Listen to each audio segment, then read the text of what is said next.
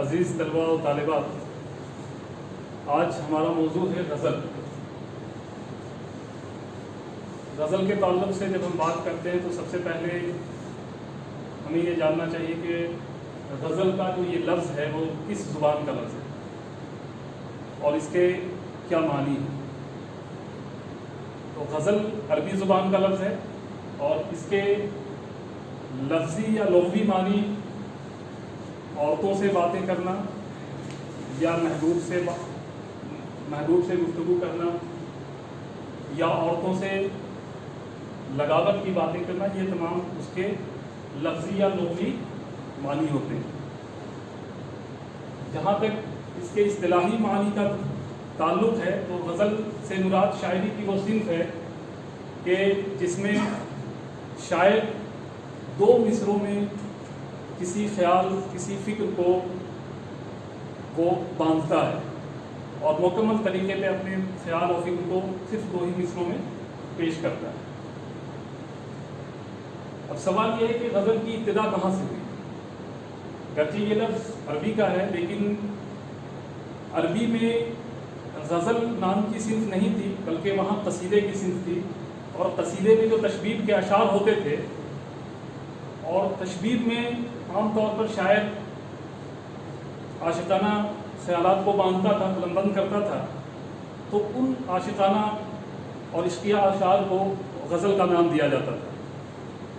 جب عربی قصیدہ عرب سے ایران میں قصیدے کی صنف آئی تو ایران والوں نے قصیدے کی تشبیب کو الگ کر کے ایک نئی صنف ایجاد کر لی اور اس کا نام غزل پڑ گیا۔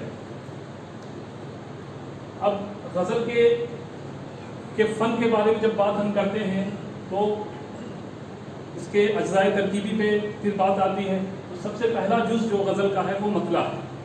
تو ہمیں یہ جاننا ہے کہ غزل کے کون کون سے اجزاء ہیں اور اس کی کیا خاص باتیں ہیں۔ تو مطلع کے تعلق سے یہ ہے کہ مطلع جو ہے لفظی یا لغوی اعتبار سے اگر ہم بات کریں تو مطلع کے لفظی معنی ہوتے ہیں طلوع ہونے کی جگہ یا نکلنے کی جگہ۔ سورج جس جگہ نکلتا ہے تو ہم اس کو سورج کا مطلع کہتے ہیں۔ تو چونکہ غزل اپنا سفر جس شعر سے شروع کرتا ہے تو اس شعر کو غزل کا مطلع کہا جاتا ہے، اور اسی لیے پہلے شعر کو مطلع کا نام دیا جاتا ہے کہ غزل وہاں سے گویا ایک طرح سے طلوع ہوتا ہے۔ مطلع کی پہچان یہ ہوتی ہے کہ مطلع کے دونوں مصرے ہم قافیہ اور ہم ردیف ہوتے ہیں۔ اب سوال یہ ہے کہ قافیہ اور ردیف کیا ہے؟ تو میر کا ایک شعر ہے، یہ مطلع کا شعر ہے، ہستی اپنی حباب کی سی ہے، یہ نمائش سراب کی سی ہے، یہ مطلع کا شعر ہے۔ اور کیونکہ شعر دو مصروں کا ہوتا ہے جو ہمارے سامنے ہے، اور دونوں مصروں میں ہم دیکھتے ہیں کہ دونوں مصروں کے آخر میں جو کی سی ہے اس کی تکرار دونوں مصروں میں آ رہی ہے، اور یہ کیونکہ کی سی ہے اور کی سی ہے یہ ہو بہو اس کی تکرار دونوں مصروں میں ہے، اس لیے ہم اس کو ردیف کہیں گے۔ اور ردیف کے پہلے جو لفظ آتا ہے، جیسے کہ اس شعر میں ہم دیکھ رہے ہیں حباب اور سراب، تو حباب اور سراب میں آخر کے حروف الف اور با، اور سراب میں بھی الف اور با، یہ دونوں اور ان دونوں کی حرکتیں ملتی ہوئی ہیں، تو یہ دونوں یہ قافیے ہوئے اور یہ ردیف ہوئی۔ تو غزل میں کہ مطلع کی خصوصیت یہ ہوتی ہے، مطلع کی پہچان یہ ہوتی ہے کہ اس کے دونوں مصروں میں قافیہ اور ردیف کی پابندی ہوتی ہے۔ باقی جتنے بھی اشعار غزل میں آتے ہیں اس میں صرف اخیر مصرے میں، یعنی ہر شعر کے آخری مصرے میں قافیہ اور ردیف کی پابندی ہوتی ہے۔ ممکن ہے کہ کسی غزل میں ردیف نہ ہو، ایسی غزل جس میں کہ ردیف نہ ہو اس کو غیر مرتب غزل کہتے ہیں، اور اردو میں اس کی بہت ساری مثالیں ہیں۔ اقبال کے ہاں، میر کے ہاں، فراق گورکھپوری کے ہاں خاص طور پر کافی ایسی غزلیں ملتی ہیں کہ جس میں ردیفیں نہیں ہیں۔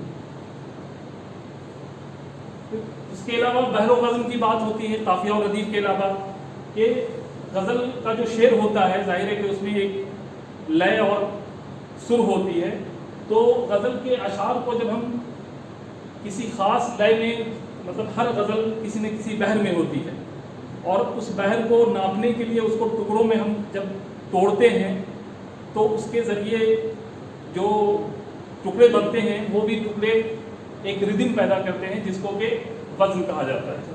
تو غزل کی شاعری پابند شاعری کی مثال ہے اور اس میں بحر و وزن کا ہونا ضروری ہے.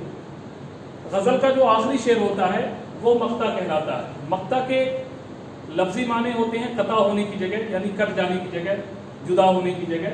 یعنی غزل کا جو آخری شعر ہوتا ہے وہاں پہ شاعر اپنے کلام کو ایک طرح سے ختم کرتا ہے تو اس لیے اس کو مقطع کہتے ہیں.